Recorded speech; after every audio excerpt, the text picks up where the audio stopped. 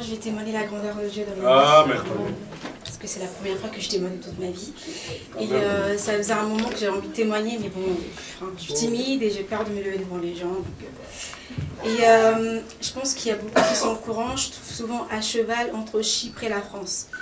Et l'année dernière, quand je suis partie, c'était vers le mois de septembre, donc j'avais des douleurs au ventre. Et je suis allée aux urgences là-bas. J'ai été diagnostiquée comme quoi j'avais un kyste qui était sur le point d'exploser sur mes trompes. Et il fallait que je sois hospitalisée d'urgence. J'ai passé 5 jours à l'hôpital à l'étranger. Et au bout de c'était le 3e jour, il fallait que je sois programmée pour être opérée. Donc ils m'ont injecté des produits, des médicaments pour justement permettre que le kyste puisse se détendre un tout petit peu. Il s'avère que j'ai fait une allergie par rapport à ces médicaments. Donc j'avais des grosses plaques partout, j'étais gonflée de partout et c'était pas possible d'être opérée. Donc ils n'avaient pas d'autre choix, étant donné qu'ils n'avaient pas mon dossier médical. Ils m'ont fait sortir de l'hôpital, donc je suis obligée de sortir, de rentrer en France pour pouvoir voir mon médecin traitant. Et quand je suis rentrée en France, et c'était un dimanche, il me semble, et le pasteur il est venu me voir, il m'a dit tu vas être très combattue, à partir d'aujourd'hui, tu verras, tu vas être très très très combattue. Bon, je me suis dit, pour une fois qu'on va prophétiser pour moi, c'est pour me dire ça, c'est un peu bizarre. Je suis rentrée et pour aller voir un médecin, c'est là que je commençais à avoir des problèmes au niveau de tous les papiers. C'était vraiment étrange et bizarre. J'ai toujours eu ma carte vitale depuis que j'ai mes 16 ans, mais étrangement, quand je suis partie à la sécurité sociale, il s'avère que je n'étais plus du tout enregistrée dans leurs données. Donc j'étais supprimée depuis 2012. Quelque chose d'étrange. Et ça m'empêchait vraiment d'aller voir mon médecin pour pouvoir être opérée et poursuivre mes soins. Après un moment, donc ça continuait. Et un dimanche, je suis montée voir pasteur. Je dis, je ne sais pas, c'est la première fois que je viens vous voir, mais il me semble que j'ai trop de problèmes. Je ne sais plus comment gérer. Mais ce que je vais vous demander, c'est indiquez-moi comment prier, expliquez-moi comment je dois prier. Il a rigolé, il m'a dit, il m'a expliqué comment prier et tout ça. Et donc j'ai appliqué, je lui ai expliqué par rapport à mes papiers d'hôpital et tout ça. Il m'a dit c'est pas grave, tu relances, tu verras qu'ils vont te répondre. Bon, je me suis dit ça sert à rien que je relance, de toute façon ils m'ont déjà dit c'était mort, enfin voilà, j'ai laissé tomber. Et quelques mois passés, c'était au mois de mai, donc je me suis dit j'ai pas le choix. Et je vais payer par ma poche, il faut que je me fasse soigner. Et je suis allée voir mon médecin traitant, les nouvelles n'étaient pas bonnes non plus. Il m'a diagnostiqué, il m'a dit ça peut être très dangereux parce que si ça continue comme ça peut vous rendre stérile. Ok. Après ça, bon, je suis quand même allée voir du coup un gynécologue. Il m'a prescrit un gynécologue. Je suis allée voir un gynécologue et je suis allée voir un gynécologue. Avant ça, donc j'ai prié, forcément, comment papa m'avait indiqué, comment il m'avait expliqué tout ça. Et dans mes prières, en fait, c'était très étrange parce que je demandais jamais rien à Dieu. Je me disais, c'est ce que j'ai besoin, je demandais jamais rien.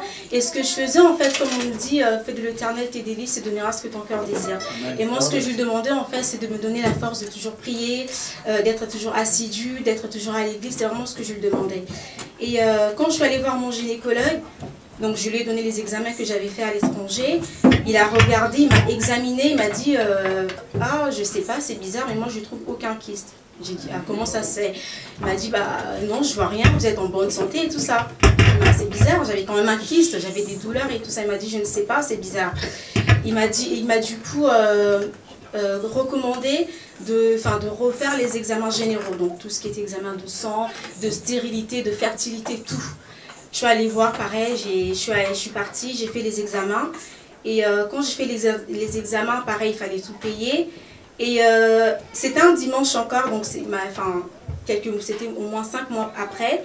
Et c'était un dimanche il y a pas très très longtemps.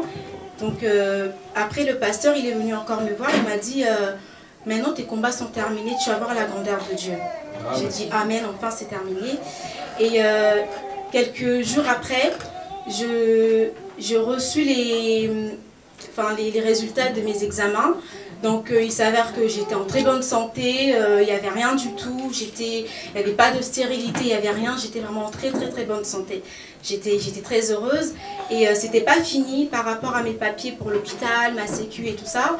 Bon, j'avais fait une demande de mutuelle et tout, enfin parce que malgré ça j'avais pas le choix, j'avais fait une demande de mutuelle qui, étant donné que j'étais supprimée de la sécu, donc j'avais même plus mon numéro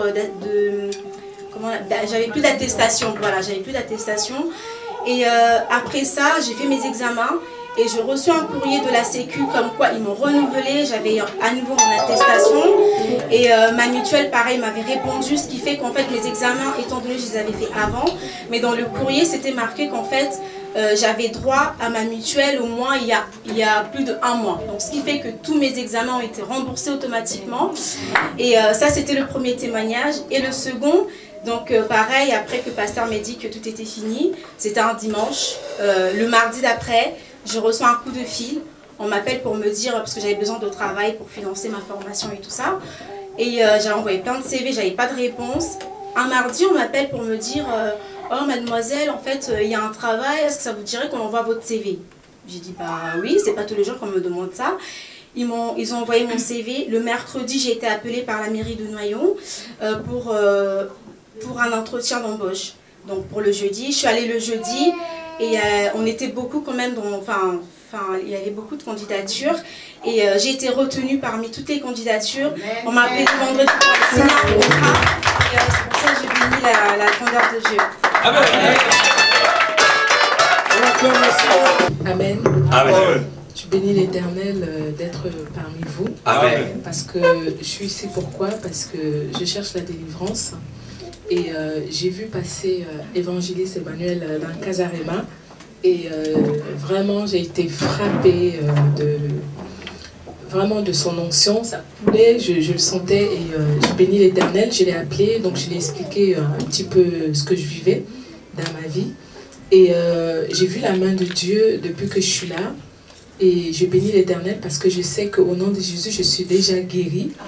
Et que j'ai déjà vraiment reçu toutes les prophéties. Et que ces prophéties, et je le souhaite, et je sais que cela va se réaliser au nom de Jésus-Christ de Nazareth. Je viens de Poitiers en fait. Donc il y a une petite ville à 25 km de Poitiers. Donc je viens de très loin et je bénis l'Éternel d'être là. Et je ne quitterai pas cette église, je viendrai très souvent par la grâce de Dieu. Gloire au Seigneur. Passez le micro à notre sœur. Bonjour. Bonjour. Moi je suis la sœur Rose, je viens de Lyon. Alléluia.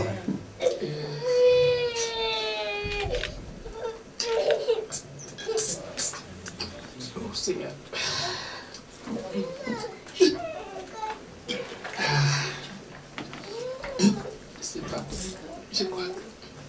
Je sais que je reviendrai. Amen.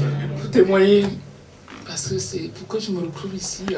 Vous savez, il y a des connexions qui viennent directement de Dieu. Je ne sais pas pourquoi ce jour-là, je m'étais connecté à Casarema. Quand j'ai vu l'évangéliste passer, il y a quelque chose, mais je vous dis, le diable, il agit. Mais sauf qu'il est vaincu depuis 2000 ans. Et j'ai pris le numéro de l'évangéliste. Je vous dis que pendant, je crois, 20 fois, j'ai pris le numéro, il n'était pas bon. À chaque fois, il y avait un chiffre qu'on rajoutait, soit qu'on enlevait, pas moyen. J'ai envoyé des messages à plus de 20 numéros de téléphone, les personnes me disaient non, je ne sais pas de quoi vous parlez. Mais un jour, je ne sais pas, comme Dieu, il m'a donné le bon numéro et finalement, parce que j'étais à 2 doigts d'abandonner pour appeler peut-être Casarema pour leur dire que mais vous nous avez communiqué un numéro qui n'était pas bon du tout. Et j'ai béni ce Dieu qui m'a conduit. Si vous avez vu, je suis venu avec mes 2 enfants. Et il a pourvu, ce n'était pas facile. Vous savez, quand l'ennemi vient s'accaparer de nos vies, il touche tout. Hein. Mais quand j'ai mis ça en prière, j'ai vu comment Dieu a commencé à tout. Il a organisé tout le déplacement pour qu'on arrive jusqu'ici. Et ça ne sert à rien que je parle beaucoup. Ce jour, je sais que je reviendrai.